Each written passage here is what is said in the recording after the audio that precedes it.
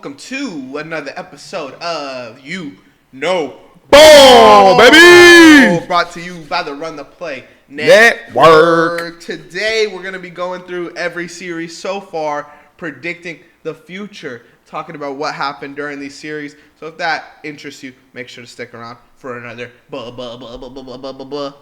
banger. That's Bugs Bunny right there, man. No. No. That's what's the pig's name? Porky. Porky. That's all, folks. Yeah, so we're gonna go through. Let's talk about the series that kind of wrapped up first. Mm-hmm. Yesterday the Timberwolves and Warriors came to an end, but before that, the Cavaliers and the Pacers came to an end. And interesting series, I'll say. I have a lot of opinions on this. I know you're not as hot on the Cavaliers.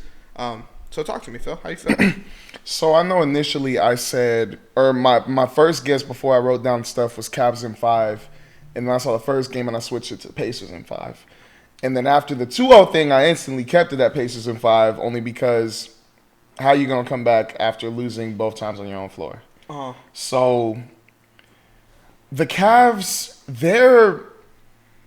I don't know. I thought they had that series. I thought they did. But the Pacers have something that's better than theirs, and I think it's just their whole team, their whole roster. Tyrese shook me. He actually played like not just a distributor, but he played like a scoring distributor, sharpshooting playmaker. Was great that series. That too. But I mean, obviously they won that series because of him, without a doubt. Yeah, without a doubt. But Andrew Nembhard stepped up. Aaron Nesmith was the one who impressed me the like very most on that Pacers team. Miles Turner did his job. He played his role, blocked a lot of shots. And then Pascal Siakam scored when he needed to score. Everybody played their role, and also they had clear 2 superstars on that team doing their thing. This is what I love. The Cavaliers... Superstars? Well, they played their roles as superstars, my bad. Like, they scored like superstars. But would you call them superstars? Be honest, it's okay. Through the whole season, I'm going to say no as a whole season. But in the playoffs, I'd say yeah. Okay. I agree with you there. Honestly, this might be a hot take, but I think the Cavaliers are still a better team than Indiana. I think the Cavaliers did a horrible job at responding when like the lights got bright. Yeah. Anytime Indiana would go on like an 8-0 run, 10-0 run, then Cavaliers would just fucking lie on their back. No matter what point in the game that was. Whether that was in the second, in the fourth. But there was a lot of games where Cleveland was just a better team the whole game through. And then Indiana went on an 8-0 run. You look at game 2, the one Donovan Mitchell scored 47. Yeah. Sure, they weren't, like Ty Jerome had a shitter that game, but the Cavaliers were up that whole game. I think they were up by 20. They were up a lot, you know? And it had to be 20. They just lied on their back the second any adversity happened. And I don't think you could do that as a championship team. Yeah. With that being said, though, this is their first healthy playoffs with that core. So I wouldn't overreact because I see everyone saying, like, oh, they need to trade Mitch now. They need to blow something up, trade Allen, trade Mobley. I wouldn't blow this up. I would let it rock out. This team is a very well put together team. You have 4 dudes that have all-star potential. You got 2 dudes that can win 6th Man of the Year. You got Max Strus. You got Georges Niang still on that team too. Like, is he? Huh? Is he? Who? Georges Niang? Oh, he's on the Hawks now. Okay, I thought. I'm tripping. My bad. I'm I tripping. thought he was traded. No, I'm tripping. But yeah, you know, like they got dudes on that team. They have depth. They have a lot. So I just think like, if you blow this up to rebuild, like what are you rebuilding for? I don't think you could build a team better than this team. That's true. So I would rock out with this team. Yeah. I wanted to say that obviously a small forward would be nice. Not like a star small forward or anything, but small forward is nice. But they have DeAndre Hunter. Exactly. So maybe just try to start him, see what your bench looks like. Put Strus and Ty Jerome on the bench, even though they're already there. And then just rock with that. Because DeAndre Hunter was really good in this series. Yes. Like, he made a lot of down... Because I know in the second game it wasn't really too much because he was out. The third game he was really big. Fourth game he played much better too. And even in the last game he made a couple shots that were like insane. But yeah, just run it back. See what's going on with Allen. If he wants to stay or if he wants to go. And then if the whole team wants to stay and run it back. But I like what they have. I love, even when they got DeAndre Hunter, that was one of my favorite pickups because that's what they needed. They didn't need anything big. and I think that's better than Cameron Johnson because he's a budget Cameron Johnson. But that's what they needed, and they got him late. So just have a full training camp, review what you did wrong, see if it was just a lineup thing, and just run it back. Yeah, I mean, I feel like, again, like, their roster is just good. Like, it's sound. You're not going to build a better team than this. Yeah. You know, so it's either, like, I know this might be not good to say because, like, we want to be objective basketball fans, but a lot of the NBA is luck, you know? And, like, they just didn't respond well. They got in their head emotionally, whatever, and they got unlucky this series that a lot of their guys missed time. And, you know, it's the playoffs. Everyone's going to miss time. But you just get unlucky. Like, why would you blow up a team that won so many damn games that most of the season was the best team? Exactly. Just because people on Twitter are calling them the 2015 Hawks. Yeah. You know, like, if they were to blow this up, I would be very disappointed in this front office. I would too. I don't think there's a reason to do that. You did pretty good. Yeah, 100%. Did you have anything else you wanted to add? I had a question. Go ahead, ask the question. So this is going towards the Pacers. Now, you just won a first round by 5. You just won a second round by 5. No matter what happens in the Eastern Conference Finals, whether you lose or win, if you're Miles Turner, do you leave? I mean, it just depends on the offer. I think Indiana will probably pay him. But if they don't pay him, then you should probably just go where the money goes. I don't think, like, Miles Turner ain't a dude that's going to retire as a top 100 player of all time. So there's no point of ring chasing. You know, you're playing for your job at that point. So I think just go where the money goes. If you feel like you can win a championship with this team, which, excuse me, I obviously think they can. I would rock out because I just think this team is like not only built for the now, but they're built to develop too. Yeah. Like Aaron Nesmith, Andrew Nembhard, Obi Toppin, like their role players could develop, and I don't think any of those guys can be stars or nothing like that. But I think those guys could become something a little bit more than what they are. You know. Yeah. So I would stay if I was Miles Turner. But if they're, like, disrespectful with the offer or, like, trying to get him to take a pay cut or something like that, then I would say, like, let me explore my options a little bit. I feel you. I mean, we talked about it before. There's some financial stuff with it. I know there's 4 players, I believe, getting paid $11 million plus. So that ain't nothing on that right now. That's not, well, depending, because Tyrese's contract kicks in, and same with Andrew Nembhard. And it's, I think, 20 plus, and then same with Pascal Siakam. So, I mean, if you keep Miles Turner, would you do everything you can to try to trade 2 of those players away? Or would you Sorry, keep say those, what you just said again? What'd you say? Oh, yeah, my bad. So, since there's 4 players getting paid $11 million plus on the payroll, and then you have, I believe, 4 other people that are getting paid 25 plus. Do you, like, if you're the GM, do you make it a priority to sign Miles Turner and trade the other, 2 other guys away so that you can make room for him? Or do you keep those other guys that are on the team and then let Miles Turner walk or sign and trade him? I mean, I think the priority in the offseason should be to pay Miles Turner. It looks like they could offer him if they want to use all their second apron, they could offer him $40 million. If they want to stay under the first, they could offer him $27 million. So I mean, $27 million sounds like a realistic contract for Miles Turner. I could see him getting more. Yeah. And they could offer him more if they're willing to go over that second apron. And I think this is a team that could do that. I mean, like, they're not gonna go and get like some superstar free agent at any point. Like, I don't see what a KD or something like that brings to this team. Yeah. You know, I saw people saying Giannis. Like, I don't. Obviously, those are superstar players and they bring value, but I don't see them like. If they get Giannis, I'm probably looking at them as like a 2-3 seed still. Yeah. You know, so, I would rock out. I would rock out with what you got. Benedict Mathurin's going to be one that I think is going to get interesting. He's up, not this year, next year. But I could see a team paying him. He's going to have like similar stock that I think like Jonathan Kuminga is going to have. So I could see him getting 15. I could see him getting more than that, bro. Oh, more? Like 30? If he stays in Indiana, I could see him getting 15. Gotcha. But I could see a team throwing him a bag because it's like you have a dude that potentially could be a 25-point per game scorer if you start him, you know? So I think keeping Miles Turner should be the priority this year. I would let Benedict walk next year, honestly, and then you just like add more depth with that. Even though I love Benedict Mathurin, man. I love Benedict Mathurin too, but they got other guys on this team that can do what he can do too. If I'm being for real. Help Yeah. and play a better like role. Yeah. I still think Johnny Furphy's going to be good. Ben Oh, Shepherd he is is. getting playoff minutes now. Like those are guys that could easily come in there, and I don't think you feel the hit of Benedict Mathurin leaving as much. And you could draft a dude to replace Yeah. something like a lower tier level of that. Yeah, let's talk about the next series: Timberwolves, Wolves. Wolves closed it out in 5. Timberwolves Warriors. Oh, I'm tripping. I wrote Timberwolves. Yeah. Oh, You good? You good? Yeah. Wolves closed it out in 5 last night. Julius Randle's had a great series. I think that's a big part of this. Like, I think Julius Randle needs to come out there and hoop. I think he averaged like 28, 6, and 6. No, Like so bro. far in the playoffs. Oh, in this series, though, I think he averaged 10 assists. He averaged 10? I'm pretty sure he averaged 10 assists. Whoa. I might be mistaken, but it was something. Because when I heard that threw me off. Because I've been watching the games, but I'm not the type of dude to, like, go back and look at the box score after the game. But, yeah, I'm pretty sure he averaged, like, 10 assists in this series. He was getting Ant involved.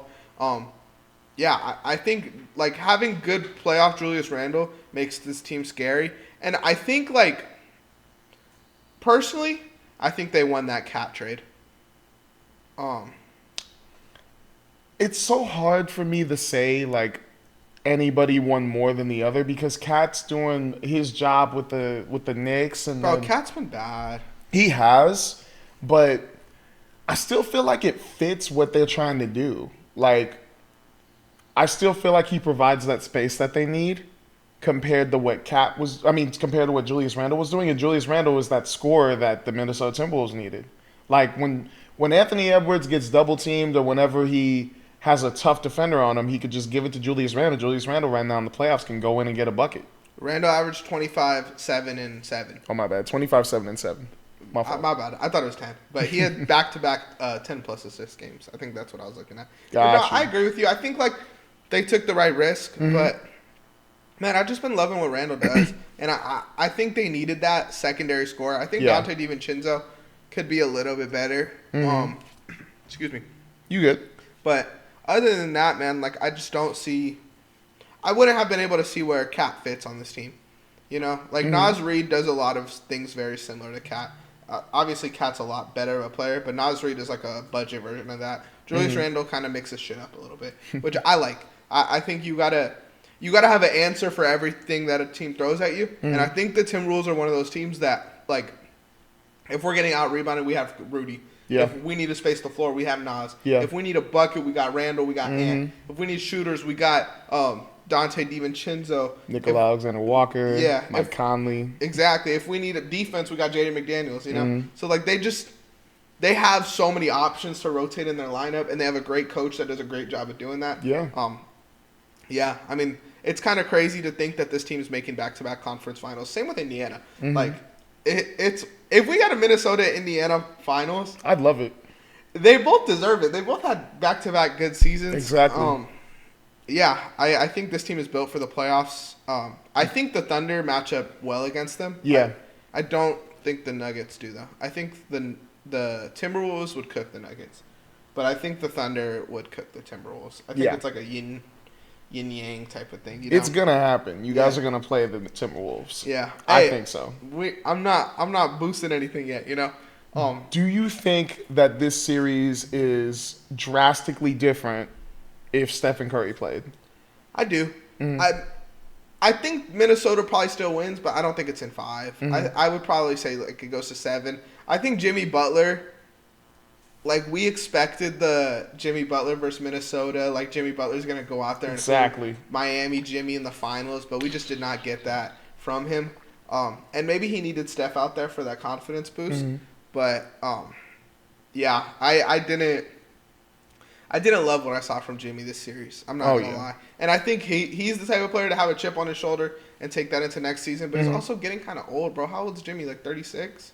I think he's 37 or 38. Yeah, bro. I mean, to me, Jonathan Kuminga was the best Warrior this whole series, which is wild to say. Exactly. Jimmy right now is 35. Somebody posted on Twitter saying, you know how bad it is that when we get a free technical shot, the person we go to is Jonathan Kuminga? Yeah, bro. Like, I was that's like, not oof. good.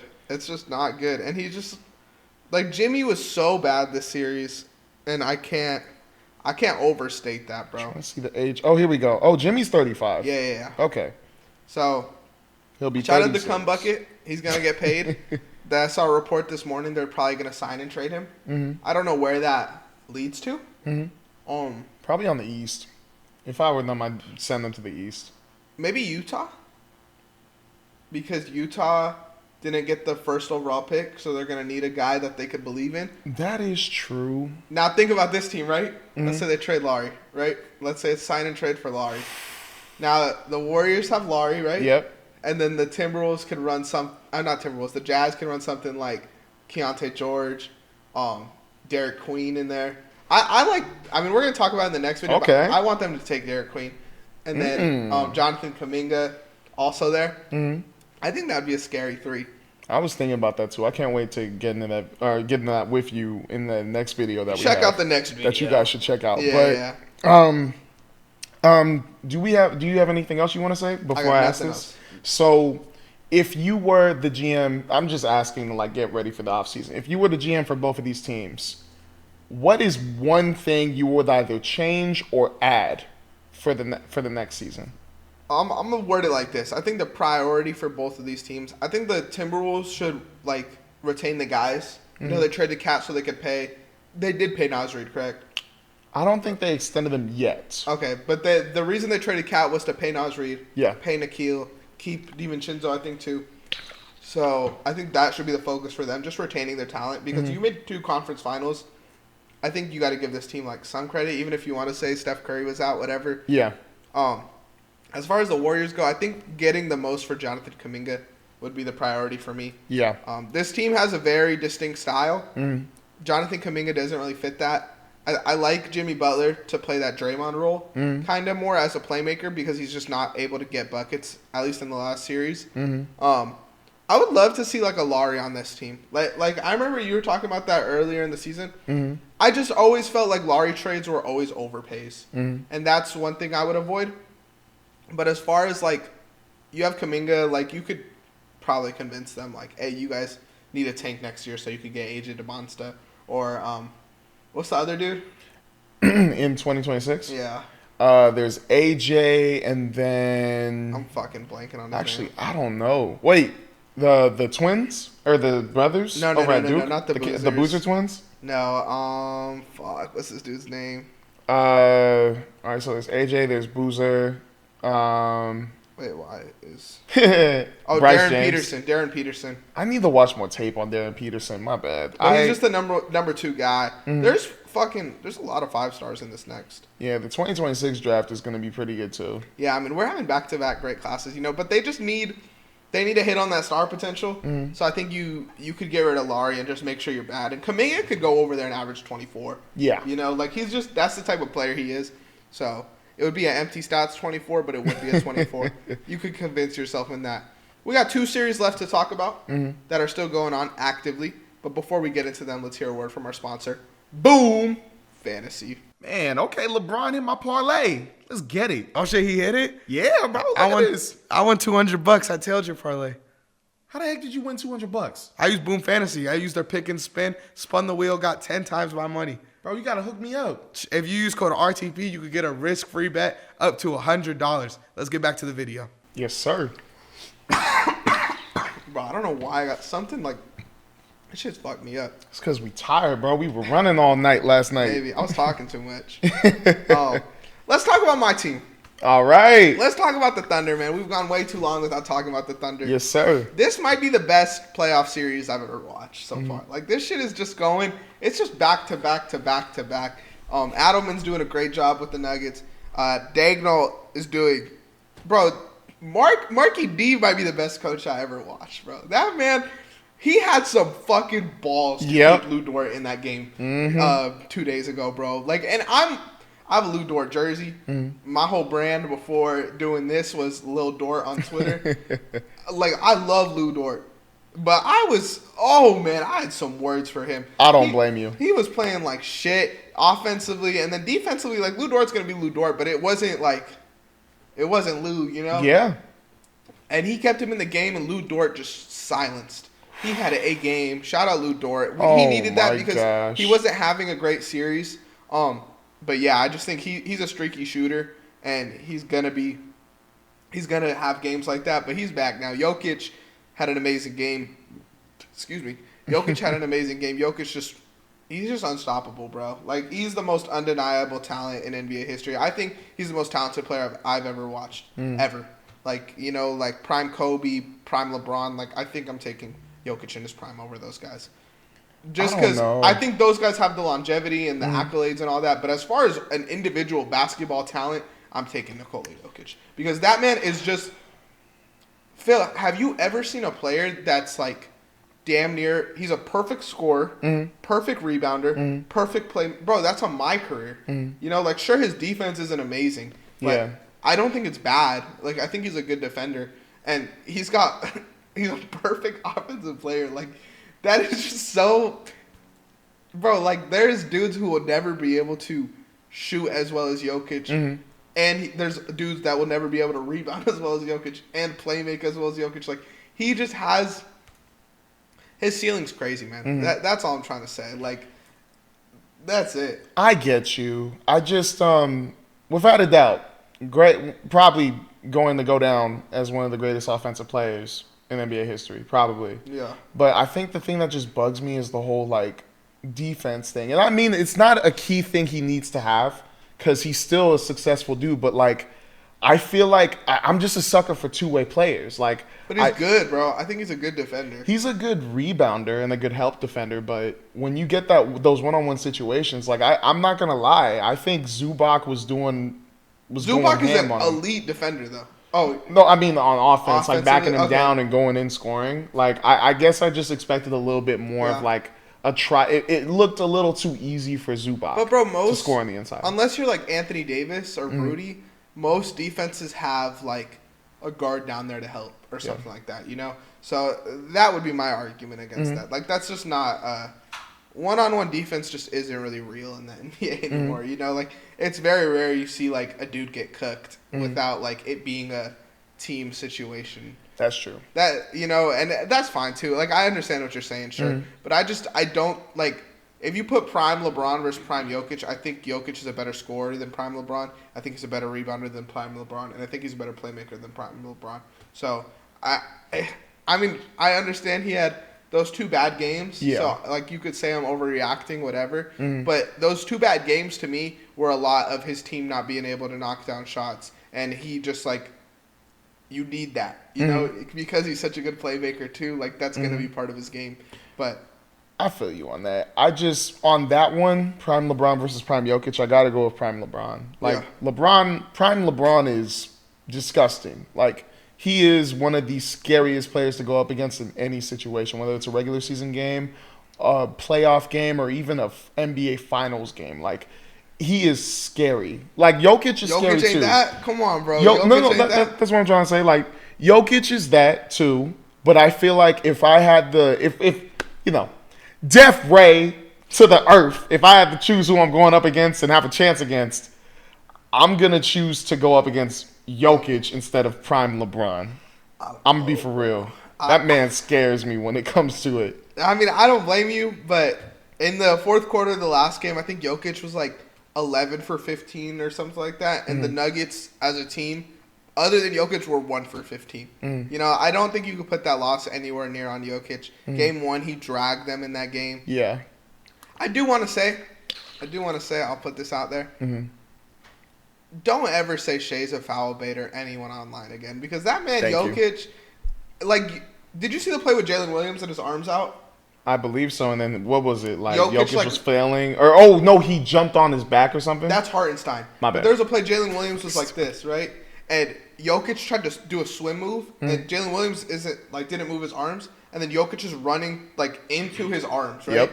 And he's complaining about a foul, and everyone on Twitter is like, "How is this not a foul?" Like, bro, like I just don't understand how so many people could have a basketball opinion without knowing shit about basketball. Yes. Because you cannot run into a defender. Like, that's like if I was posted up on you and I'm like trying to back you down and you're not moving, that's the same thing where it's like oh, how's that a foul? I can't get through you. Like, what's he supposed to do? Be like, oh, my bad, bro. Like, here you go. Like, cut to the basket. It's right down there. Like, I'm about to say, like, if we playing defense, I'm playing defense. Come on now. Exactly. And it's not like he's grabbing him. He literally had his arm Exactly. set. He didn't move. So, for you guys on Twitter, that's the breakdown for you in case you guys didn't understand that. You could actually click the screen twice and you can go back 10 seconds again if you want to hear that again. But that just was not a foul, bro. And it sucks that Shea gets this, like, I'm a foul baiter narrative and all that bullshit because it's just internet manufactured opinions that people see and then they believe.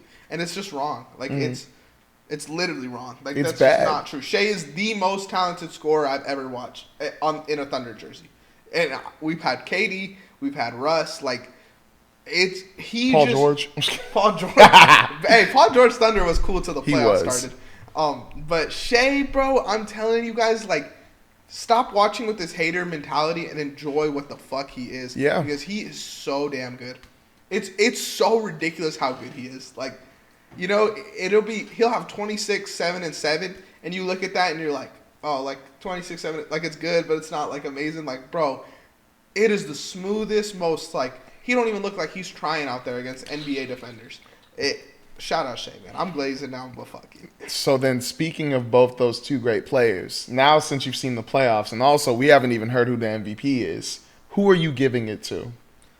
I would give the MVP to Shea. I don't think the playoffs should have a say in it, me personally. I would give it to Shea, man. I mean, a team wins 68 games, and the dude leads the league in scoring and is one of the best defenders in basketball. I think you got to give it to Shea. Now, I think Jokic is the best player in the NBA, but I think if the NBA is a season award, I think Shea deserves MVP. Now, this is a question I saw. Jokic won 4 MVPs, right? Yeah. And Embiid won that one in the middle. Do you think Shea's having the best season out of all of Jokic's MVP competition? Out of Jokic's MVP competition? Yeah, in his 4 MVPs. I think he won one against Giannis. I think Harden was second in one. I think LeBron was I think he won second. 3. I think. You're right, 3. I think it's been 3. Three out of the last 4 years. If he won this one, it'd be 4 of the last 5. Wow. Which is insane. But It's just so tough because this is so weird. Because I remember the argument at the beginning was, oh, they're in 8th place. He doesn't deserve it. And they fought back up, and then they finished, 4th? Denver Nuggets, or 5th, 4th or 5th. So, I mean, if that was the only argument, I could see them giving it to Jokic. But to me, SGA has just been unguardable. Like, you can't say there's an SGA stopper in the league. And you can say the same thing with Jokic, but this is going to be the hardest MVP race, in my opinion, bro, because there's 2 clear players. Like, I know LeBron and Giannis, there was that year, but, I mean, to me, Giannis deserved that MVP. I think DPOY wanted AD to win it, but he deserved it. But with this one, it's really even. Both stories make sense. Stats make sense, except Jokic is averaging, a 28 triple-double?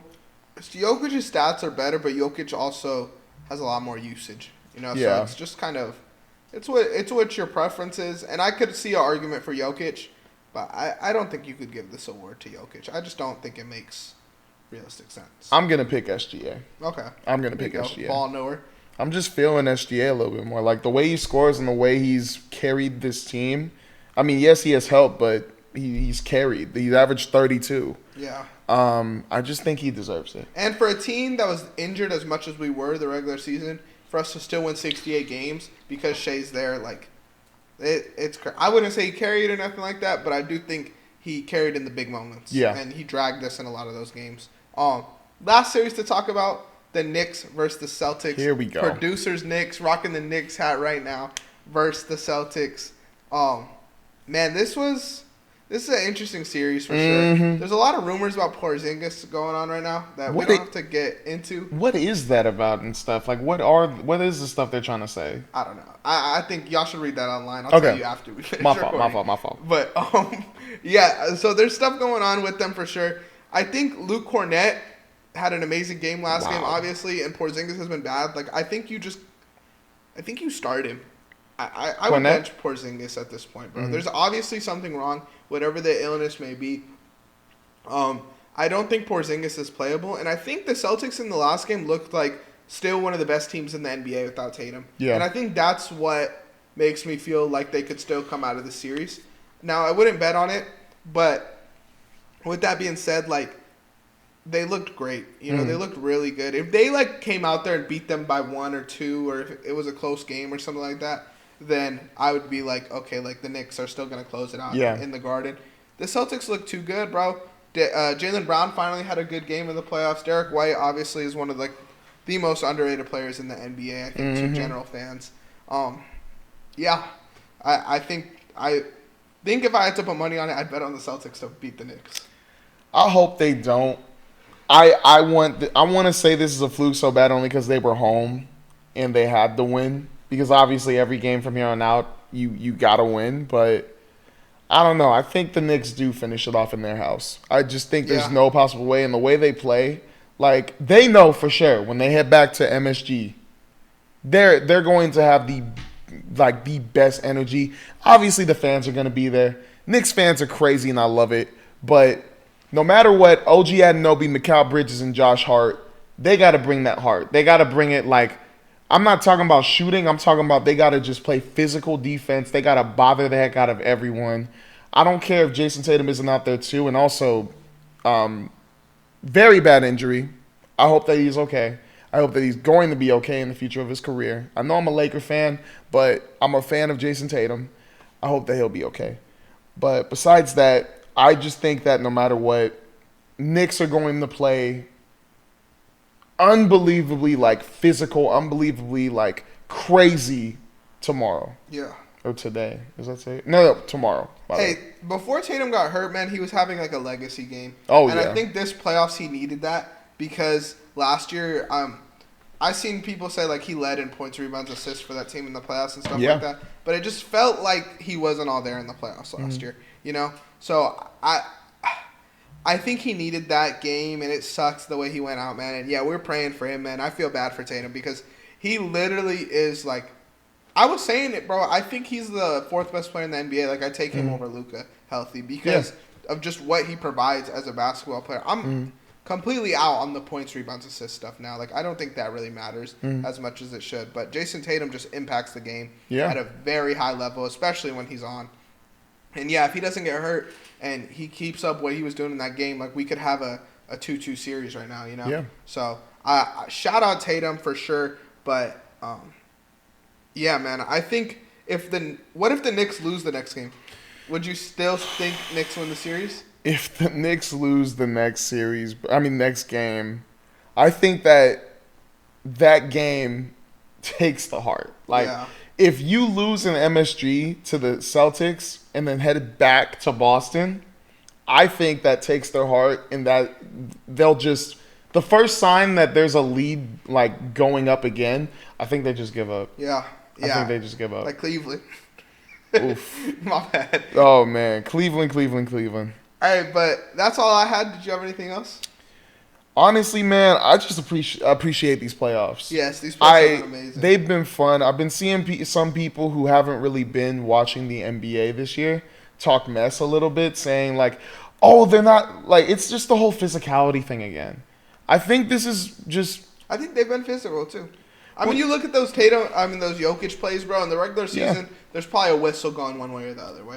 You know, I think that it's been physical, bro. I just realistically think that this might get political now, but there's dudes who think, like, that the NBA is all politics and shit, and they associate that with what it is, and they hate on it because they don't agree with the political views of some NBA players. Yeah. And to me, that is just some of the stupidest shit in the world. Like, if you don't like basketball, just don't like basketball. You know, but don't try to watch it and then complain about it. Yeah. Like, you know, I don't like hockey, right? I won't sit there and watch hockey. And if I did put on a hockey game, I'm not going to be tweeting like, how do y'all watch this? That's just like, where does that take us? You know, it's just hating, bro. Like, hating to hate. But I do love these playoffs. Like, even though my Lakers got eliminated, I love watching all these series because I feel like there's bad blood sometimes. Yeah. Like, a lot of these series I've had, like, it feels like actual rivalries. And I love that. That's what we've been missing because before it was just like, that team won. Good game. Good luck. Yeah. And then that's it. Like, it's never been like, oh, yeah, I'm going to lock your ass up. Okay, what you going to do about it? I scored this one. Come on. Like, they've been going at each other. And I think a lot of that, I'm going to credit the apron stuff to this. Yeah. Because I think a lot of that is teams have the same cores for multiple years now. And they're not like, oh, we gotta retool, we gotta retool, and then like you have like dudes who haven't been in the locker room together. Like everyone, I loved, and I can't believe I didn't talk about this, but I loved how Aaron Gordon stood up for Westbrook. Exactly. Like ESPN, that shit just pisses me the fuck off. Yeah. When y'all put out false reports just to get a headline, it's just so stupid to me. It's so, and even Austin Rivers had a video on Twitter talking about it, bro. It's just like what are y'all trying to gain by dragging Russ? I never understood that. Russ is a dude that should be promoted in basketball. Yeah. Russ is a guy who obviously is out there playing the game, loving the game. He talks shit. He plays that like old school style of basketball that everyone claims they love. Yeah. But the second a dude like does too much, now he's immature. How could you look at what that dude does and say, sure, he might be a loudmouth sometimes. That's fine. But that's what y'all want. Everyone posts these clips of Kobe talking shit to everybody and says like, oh, like this is what we need in basketball. Michael Jordan, they're like, oh, like everyone says that shit now. Don't be a front runner because of The Last Dance and stuff like that. Russ does that shit, bro. Russ will talk that shit down 20. Russ will talk it up 40. Either way, he's gonna talk. So just like I don't get it. I just don't understand. There's so much shit in the NBA Twitter space, and that's why I've been like completely staying off of it, bro, because that shit it irritates the fuck out of me. It genuinely, I'll see tweets and get mad, and then I'll be like, why am I so fucking mad at the tweet? You know, because it's just stupid, bro. People are so fucking stupid. Nah, bro. Right when I saw that article, I didn't even bother to send it to anybody. No. I was like, what is the point of this? Like, they're in a playoff series. They're playing good basketball. Even if this is true, it doesn't matter. They're playing. Aaron Gordon said it like a game ago. He's trying to win a chip for Russ. Yeah. Like, why even bring this up? Like, it's not hot. And then everybody, I just love how there were some people like not even like who aren't part of the media who weren't even hyping it up because everybody knows. It's just, I feel like they're just trying to trash on Denver because Denver's at a low point right now. Yeah. Even though they won their first series and now have made it competitive with OKC, they're just trying to throw as many jabs as possible just to like bring them down. I feel like in the history of basketball, like at least like Jordan, LeBron, Kobe, Shaq, like all these great players, I don't think I've read more fake reports than about Russell Westbrook. Yeah. And there's got to be some media hate there for some reason, and I don't get it. But let's wrap it up, man.